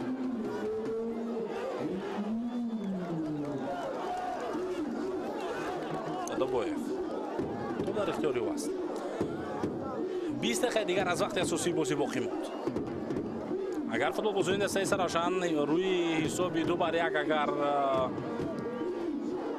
حساب کنند و یعنی که نقشهشان همین باشد که آنها با این حساب باید غلبه کنند و برتری خود را باید با همین حساب نگاه دارند، پس جذابیت این رقابت کمتر می شود. و این خاطر من امیدوار میشم که دسته سرافشان مبارزه رو برای زدن گل‌های بعدی ادامه میدهد و این انگیزه کلوب مرکزی ورزش ارتش رو هم بیشتر خواهد کرد. یعنی هر دو جانب بعداً مبارزه رو سخت‌تر میکنند و ما از تماشای یک فوتبال زیبا حلاوت میبریم. حالا اینجا فاضل شاید کارت زرد بگیرد اکنون به خاطر خود رو عصبی نشان دادن. خب چی در کار است همین کارو کردن؟ وقتی به میدان میای، وقتی پیراهن یک دسته رو میپوشی، این معنی رو دارد که تو فوتبال بازی کسبی هستی و قاعده و قانون برای همه است، باید آن رو رعایت کرد. و در حالی همچون یک فوتبال بازی کسبی عمل کردن، رفتار کردن، البته اینجا خود بازی رو ویران کرد فوزیدن. در حالی همچون یک فوتبال بازی کسبی رفتار کردن و هم ابرو اعتبار بیشتر می شود، هم زیبایی در میدان زیادتر می شود.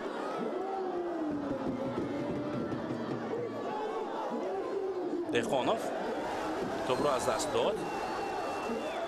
فرانسوا بک خود ویران کنی توپ رو از نزد پای دهخانوف گرفته است. هجوم نوبتی کلوب مرکزی رو میبینیم.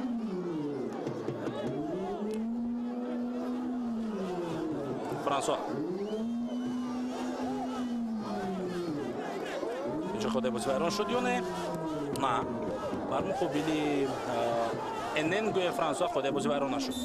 برخورد نوبتی حسین نورماتوف این دفعه با فرانسوا و این بار خود ویران کنی بوده است.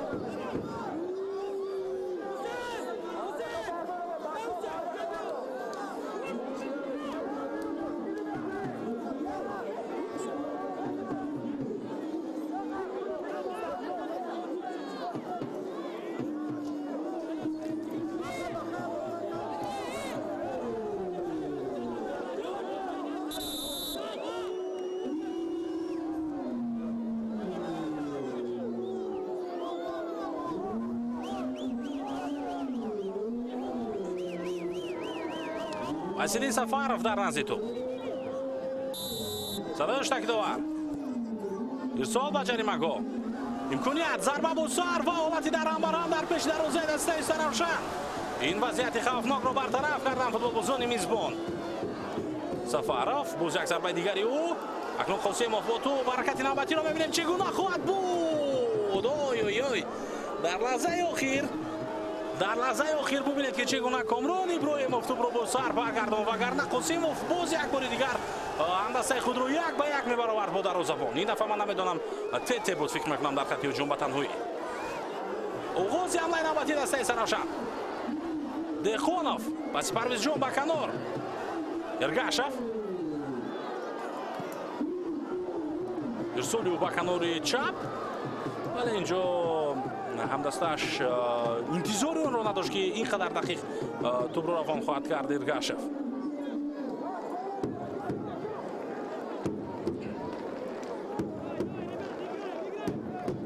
اوت با فوده کلوب مرکزی ورزش ارتش.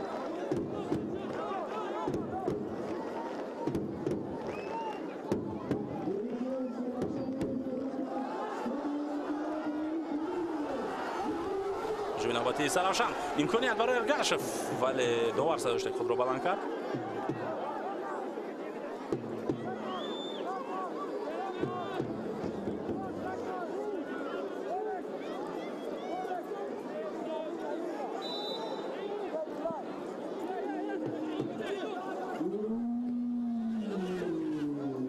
کلوب مرکزی ورزش ارتش در حمله.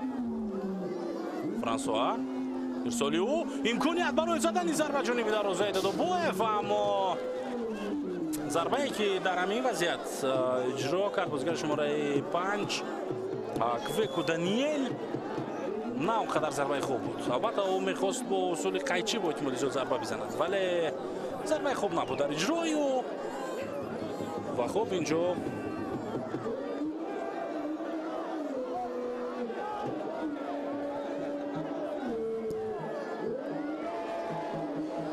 باز یک تلاش دیگری این دسته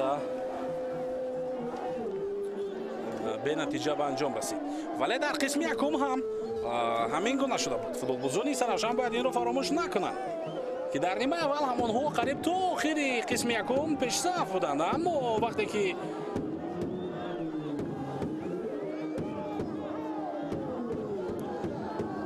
یک کد ویرانکنی در لحظه های آخر به میان آمد در داخل جریمه‌گاه باعث بر آن شد که ضربه پنالتی گذاشته شود و حساب بعداً برابر گردید. ارگاشف ارسالی جانبی تته نه چندان در این حالت پسی خوب بود در اجرای ارگاشف.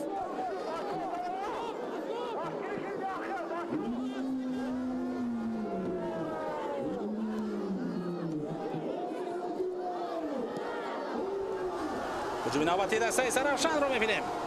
فوزیلوف از کنار با ابراهیموف مبارزه می‌برد. فوزیلوف حرکت در داخل جریمه‌گاه، حرکت بسیار خوبی و ضربه به کنج بالای دروازه، اما اندک توپ دورتر رفت در این وضعیت از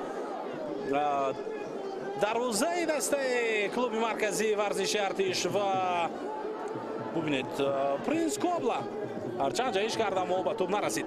کمی اگر نزدیکتر به دروازه ضربه میشد، کمی بیشتر توپ رو توپ میداد فوزیلوف در همین حالت این علاقه میتوانست باعث به گل سومی سرافشان در این رقابت گردد. حالا اگر من بازی بین خودی دسته های سرافشان و کلوب مرکزی ورزشی ارتش رو اینجا جستجو کنم که این دسته ها بین هم چگونه بازی ها کردند و حتما برای شما خواهم گفت. آخرین بار وقتی که این دسته ها با هم بازی کرده بودند موسم جوری دوره 80 بود و اونجا با حساب 4-1 کلوب مرکزی ورزشی ارتش بر مقابل سرافشان غلبه کرده بود با حساب 4-1. اون حالا اگر ما نگاه کنیم آخرین بار سال 2021 سرافشان با حساب 2-1 محض در همین ورزشگاه کلوب مرکزی ورزشی ارتش رو شکست داد است با حساب 2-1 و در دور دهم لیگ اولی بود سال 2021 و اونجا سرافشان در جای چهارم قرار گرفته بود با 42 امتیاز. در آخری همان موسم کلوب مرکزی ورزشی ارتش باشد در جای سوم با 44 امتیاز قرار گرفته بود. بعد از همان بازی که 2-1 سرافشان غلبه کرد بر مقابل کلوب مرکزی، این دسته ها با هم 6 مرتبه بازی کردند و در 6 بازی اخیر مقابل کلوب مرکزی ورزشی ارتش دسته سرافشان پیروزی به دست نآورده است. حالا امروز تیلیسمی سلسله بازی های ببرار خود را بر مقابل کلوب مرکزی ورزشی ارتش دسته سرافشان کوشش میکند که بیش کند این تیلیسم رو و برگردد برای پیروزی ها در بازی بر مقابل کلوب مرکزی ورزشی ارتش. حالت افساید بود در همین حالت با اشتراک ابراهیموف هرچند ضربه را اجرا کرد ولی کمک داور بعداً برقچه خود را بلند برداشت و افساید خوب اونجا به قید گرفته شد. در 6 بازی اخیر دو دفعه بازی ها مساوی شدند، یک بار 0-0 یک بار دیگر خوب 1-1 ولی 4 بازی دیگر با فایده دسته کلوب مرکزی ورزشی ارتش به انجام رسیده است. در بازی بین خودی سرافشان و کلوب مرکزی ورزشی ارتش 2-1 دسته کلوب مرکزی ورزشی ارتش غلبه کرده بود سالهای 2022 و 2024. بعداً دو بازی دیگری که یک باز هم سال 2024 برگزار شده بود 4-1 و دیگر سال 2025 برگزار شده بود باز هم 4-1 دسته کلوب مرکزی ورزشی ارتش مقابل سرافشان غلبه کرده بود. داور اجازه میدهد که هجوم نوبتی کلوب مرکزی ادامه بیابد. سفرов پاس او به کنار رسوا داخل جریمه‌گاه، امکانیت برای اجرای ضربه است و ضربه حتی زده می شود اما نه به آن جایی که در کار است. ضربه زده لوکاس کوین جانب دروازه دلشاد داده با افراز نمی رود.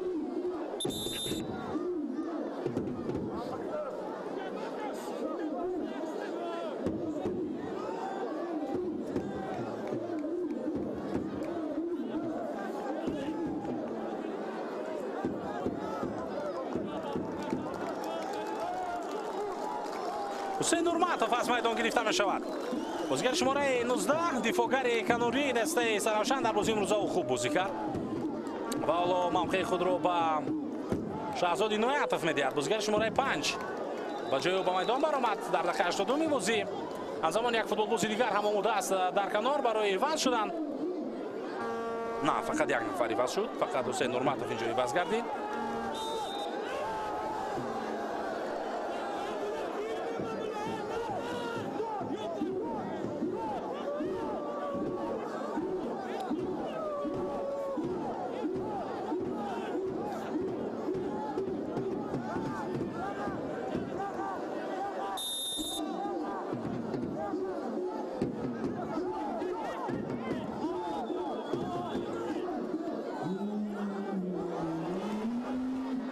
بازم برطرف می شود حمله دسته کلوب مرکزی ورزش ارتش و ادامه هجوم دسته سرافشان. ارگاشف اندک توپ را از خود دور سر داد و نتوانست دیگر آن را دوباره به دست بیارد.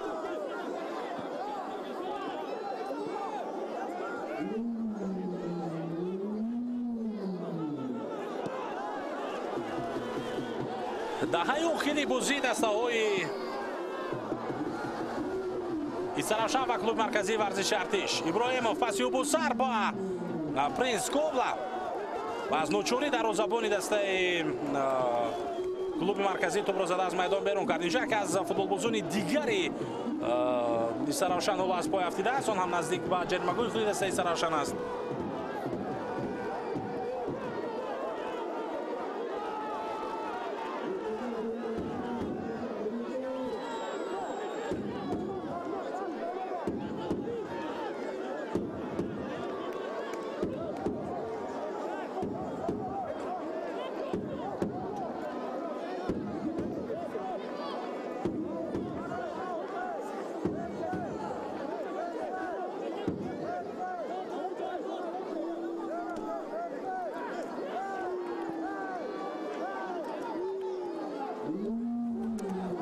بازی ادامه یابد. دهخانوف پس او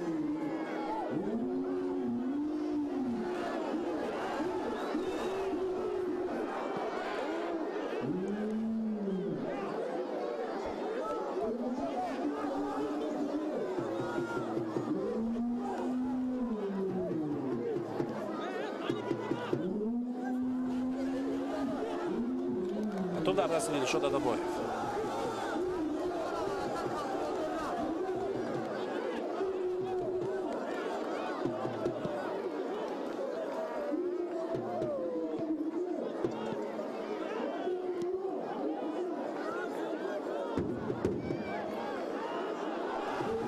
آغاز یک حمله دیگر و خود بازی ویران شد. نه خود بازی ویران نمی‌شود. دوباره اجازه می‌دهد که بازی ادامه بیابد. مبارزه در مرکز میدان اکنون این دفعه فوتبال بازی شماره 30 خود بازی رو ویران کرد. جان گاتن او بر مقابل قاسموف خطا کرد این دفعه.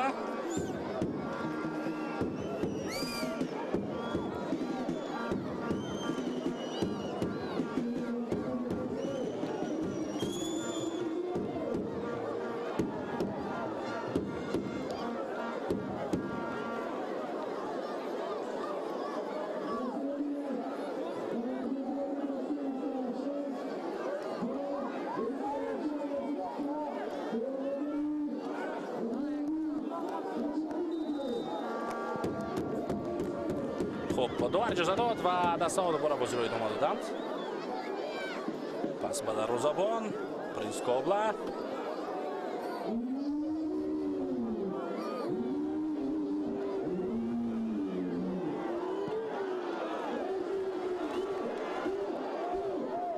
حالا به جای اینکه در دفاع بشیند دسته سرافشان آهسته از خط دفاع بیرون شود و ببینید که سرمربی فوتبالبازان رو اشاره کرد که پیشتر بیان تا در مرکز میدان رقیب را نگاه دارند و اجازه ندهند که آنها خیلی زیاد در نزد جریمه‌گاه دسته سرافشان فشار بیارد و بازی کنند. حالا ما از تغییرات هم که انجام داد سرمربی محض به همین خاطر بود خود بازی ویران شد. حتی خیلی سخت و دوباره باید اکنون کارت زرد نشان میدهد اینجا با کوین.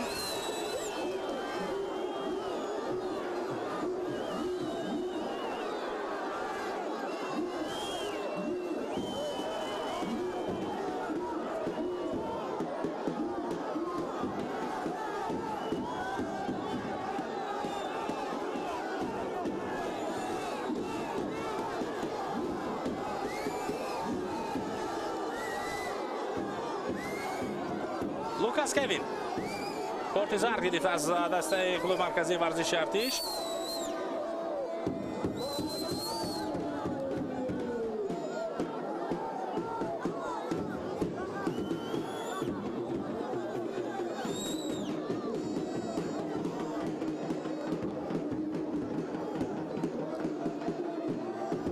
و بر مقابلی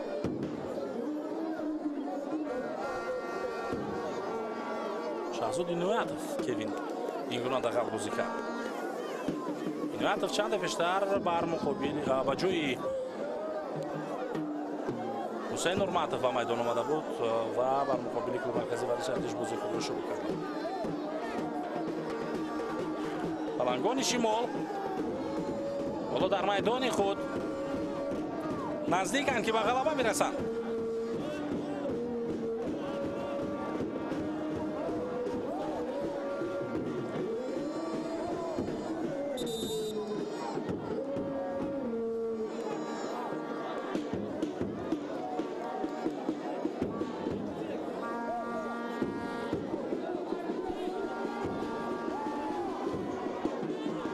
جانب شریف از میدان گرفته می شود و به جای او اسرائیل خالف ورودی رقابت گردید.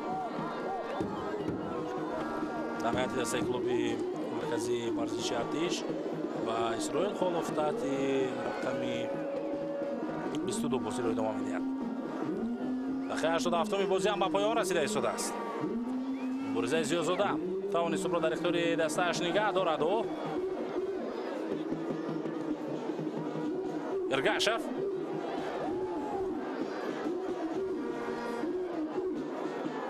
حرکتی با مرکز 4 کس رو سرگردان کرد ولی بعداً توپ رو از دست داد. ادامه حمله رو می‌بینیم اکنون در اجرای دسته کلوب مرکزی ورزشی ارتش. ضربه دانیل کویکو دوخ بد نبود اما او باز هم جانب دروازه راست ضربه رو اجرا کردن نتوانست. و ببینید یک اشتباه ارگاشف چگونه هجوم خوفناک کلوب مرکزی ورزشی ارتش رو به میان آورد.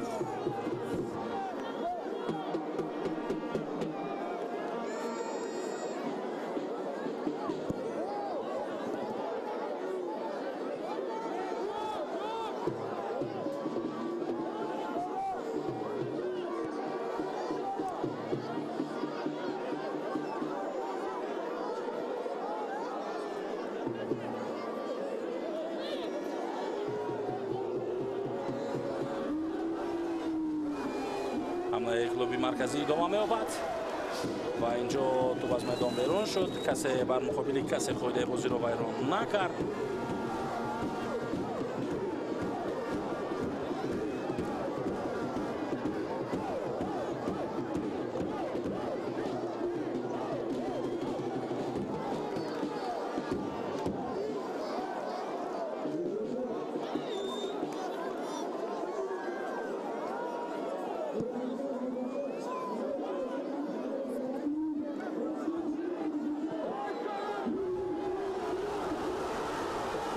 نوبتی سرافشان ارگاشف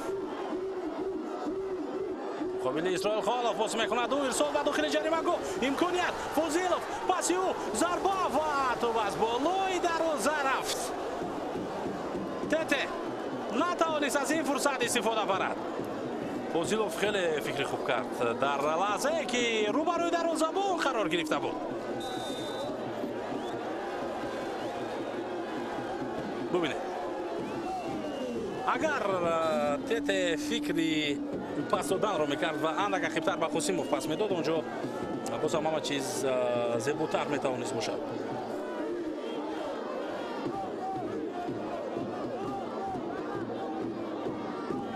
اما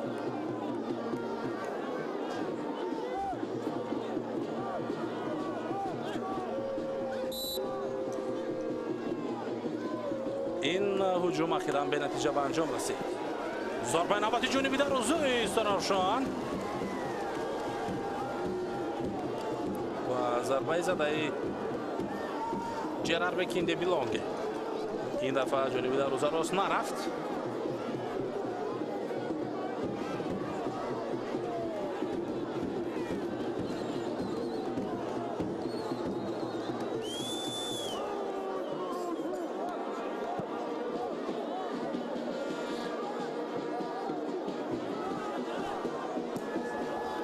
5 دقیقه ادامه شود با وقت اساسی بازی دستای سرافشان و کلوب مرکزی ورزشی ارتش.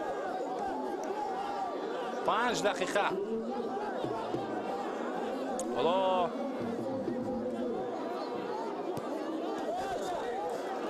نه از میدان زده بیرون کرد. این 5 دقیقه برای دسته کلوب مرکزی ورزشی ارتش میتواند خیلی ارزشمند باشد. آنها از باخت رها شوند و برای دسته سرافشان همچنین میتواند خیلی ارزشمند باشد که آنها با دفاع کردند و غلبه برسند. قاسموف کامران این شده با توپ در این حالت. ادامه حمله دسته کلوب مرکزی ورزشی ارتش رو میبینیم. فرصت برای زدن ضربه قریب که پیدا شد، اما به هر حال اخیراً برای دانیل کویکو فرصت ندادن، امکانیت ندادن که این فوتبال باز ضربه بزند.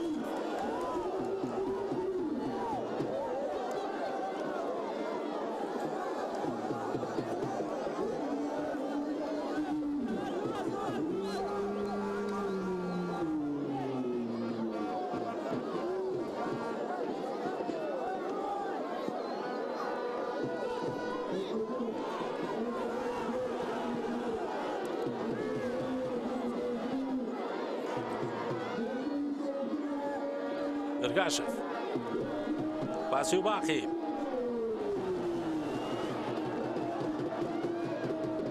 آخرین تلاش‌های خود را خواهند کرد فوتبالبازان کلوب مرکزی ورزشی ارتش.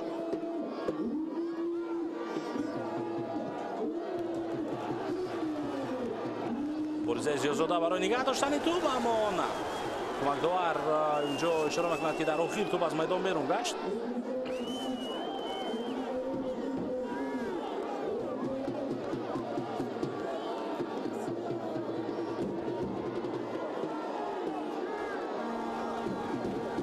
Kobla ضربه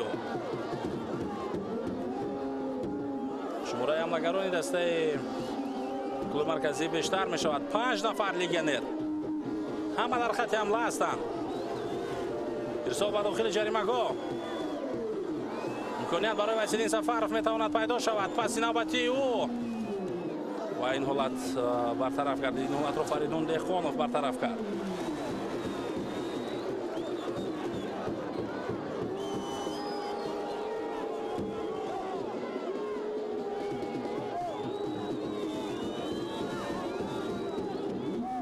ضربه کنجی به فایده کلوب مرکزی ورزشی ارتش در لحظه های پایانی رقابت.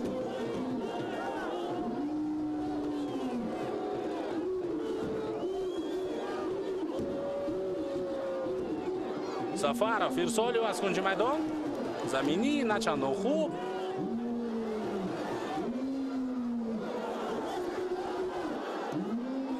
فرصت پیدا نکردن فوتبالبازان سرافشان که به عکس الهجوم گذارند. هر حال توپ زده از نیمه میدان سرافشان بیرون کرده می شود. اینجا اوت با فایده دسته میزبان است، با فایده دسته سرافشان است و تنها یک دقیقه دیگر تو پایانی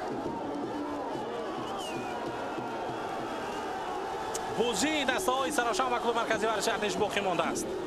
یک دقیقه دیگر از وقت اضافه کرده داور باقی میماند. در هجوم دسته سرافشان قرار دارد. ابراهیموف توپ را زده از میدان بیرون کرد در همین حالت. حالا دوباره به جدول ما نگاه میکنیم. احتمال زیاد اکنون شماره امتیازهای دسته سرافشان به 18 میرسد و این دسته حق اشتراک در بازی‌های لیگ عالی را برای موسم آینده فکر میکنم به زودی به دست خواهد آورد. بازم اوت، بازم به فایده دسته سرافشان. این نه تنها یک اوت با فایده سرافشان است بلکه همچنین فایده دیگر هم دارد. این است که وقت کشال می‌یابد. تغییرات نوبتی در حیاط دسته سرافشان.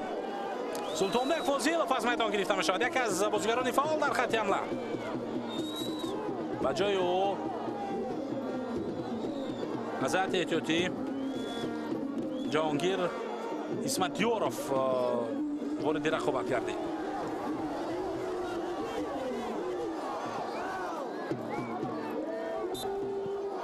خوب صدای شکیداری مرکز بلند شد و با همین دسته سرافشان در بازی دور 19 بر مقابل کلوب مرکزی ورزشی ارتش با حساب 2-1 غلبه کرد و سه امتیازро صاحب گردید. تبریک میگویم ما این پیروزی بسیار زیبا و مهم رو با کل مخلصان دسته سرافشنبه، خود دسته سرافشنبه تشکر میگویم. با دسته های سرافشنبه و کل مرکزی ورزش ارتش برای نشان دادن یک بازی زیبا و اینجا گزارش مستقیم خیش رو ما از ورزشگاه مرکزی شهر سرافشنبه پایان میرسونیم.